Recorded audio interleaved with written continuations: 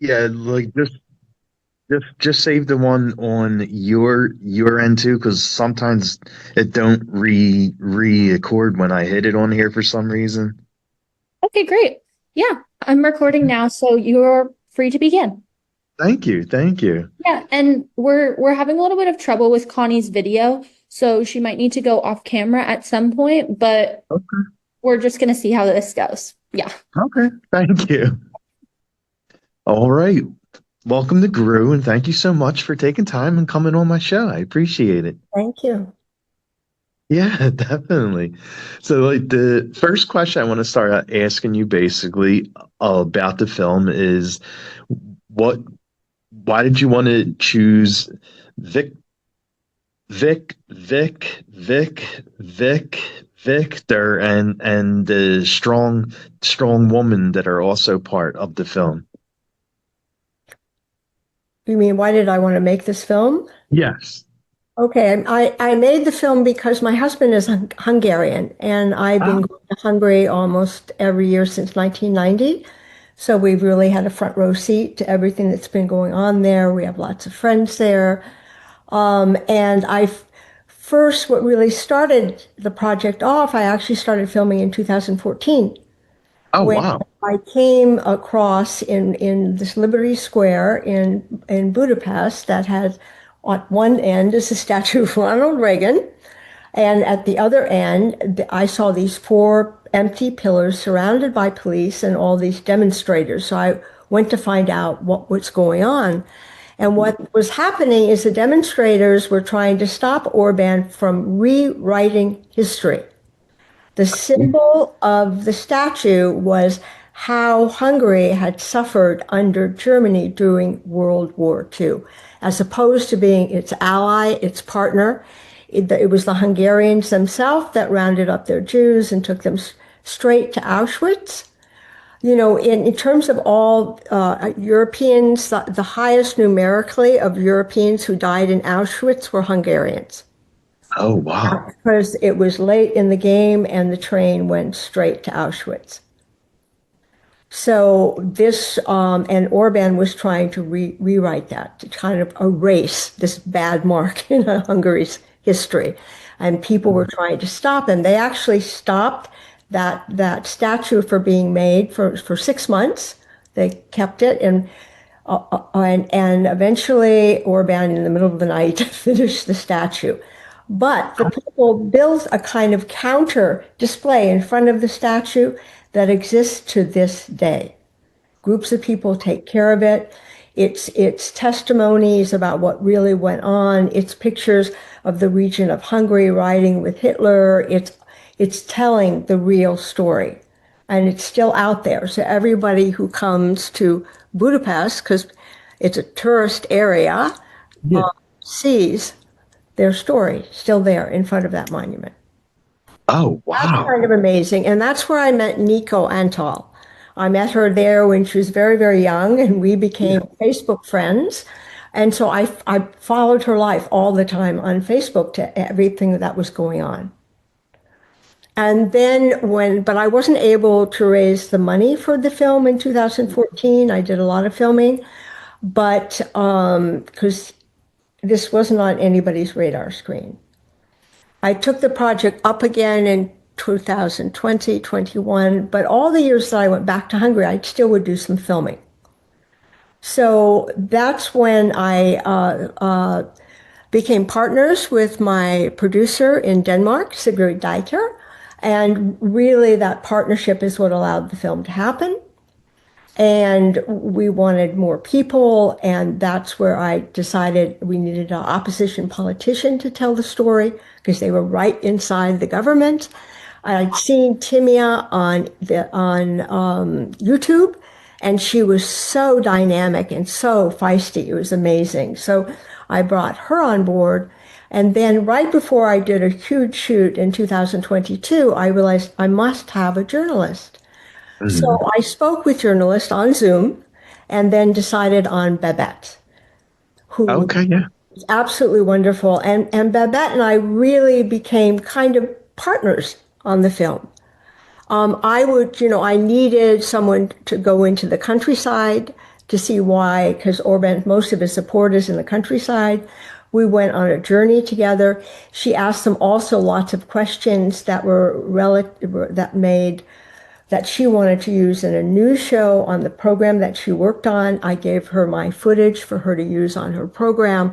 I mean, we really collaborated on a lot of things that were just fantastic. Oh my God, wow. And when you watch the film, like you see a lot of things that are happening in the film that are like happening now, like in the States. And like one of the things is in the immigration and gay rights, and you see how he like stopped it there, and now in this current era here in the States, like you're seeing our government now like trying to put a stop to like to gay rights and gay marriage and the everything with like ICE and the immigrants and it's crazy like how this film like when you watch it it opens up your eyes to fight and not stay quiet. Yes, well, Trump and company really follow Orban's playbook. Hmm. It's an authoritarian playbook that Orban does, and they're doing the same things. Though with immigration, our situations are actually very different. I mean, immigration in Hungary was a boogeyman, okay? Because, oops, oh no, what's going on? Ah, okay. Turn it off. Sorry about that. But That's all in good. Hungary, it was a made up boogeyman completely, okay? Because the people who came through, even when all the Syrian refugees were coming through, Hungary was only a transit. They didn't want to stay in Hungary. They Hmm. do not have those immigrants in Hungary. They do have people now from the Ukraine, Okay. many of whom are of Hungarian descent, because Hungary used to be a lot bigger and cover a lot of the territory in the Ukraine, in Romania, in Serbia, and Slovakia. But he was just using it to, create an enemy, and many of those are false. In our country, really, we don't have a huge problem with the immigrants are very useful. Our entire society is made up of immigrants. My father wasn't even born here. I mean, the undocumented people provide necessary labor all over America. And Hmm. people are going to find that out as our food prices are going to go sky high, as our Yeah. strawberries are rotting on the vine, et cetera, et cetera. I mean, they're here for a reason. It gives them work, and they really help our society. And a lot of certainly the other kinds of immigrants that come in the country, the ones that are going to our universities, provide a lot of intellectual talent all over the country. I mean, it's crazy what's going on. Again, it's being used here as a false problem. Hmm. Okay, and unfortunately, though, we are in a situation where our authoritarian, our dictator is very brutal Oh yeah. and very violent. All right. And that was not true in Hungary. And it's still Hmm. not true in Hungary. So, and he's very revengeful. That all of these qualities are not part of who Viktor Orban is. Well, yeah, yeah. Yeah, so we've got, in some ways, a tougher situation, but we actually have more power than the Hungarian opposition ever had. And we have it because of our state system. Our states have a lot of power, okay, and potential power, and let's hope they're going to use it. And Hmm. also, we have an opposition party that's very well funded, which was not true in Hungary. The opposition parties had very little money to compete. So it's a different situation. But, I found a lot of hope in these women that whose story we're telling in the film, in the fact that they kept fighting for all this time. They Yeah. never gave up. And that does mean something because now there's an opposition party in Hungary that is out polling Orban. And all these people are part of that party, all these people who never gave up. Okay, they were ready made there, and there they were. And another thing that's happened is Orban banned Pride. He banned it. It was against the law to have a pride parade. And just recently, they had a pride parade against, even with this ban, even of being against the law, between 100,000, 200,000 people marched in Budapest Oh my God. by the mayor of Budapest, who was the opposition candidate who won in 2019. Wow. So it means something. It does. It means you'll be right there when the time comes to, for your side to win, which Yeah. also, and hopefully we're going to win much quicker because we have to. Oh yeah. Yeah.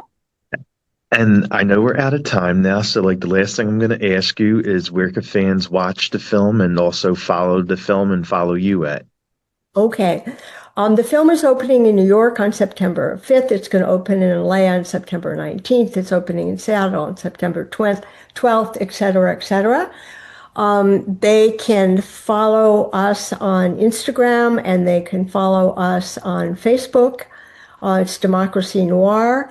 They can follow me on my website, which is clarityfilms.org.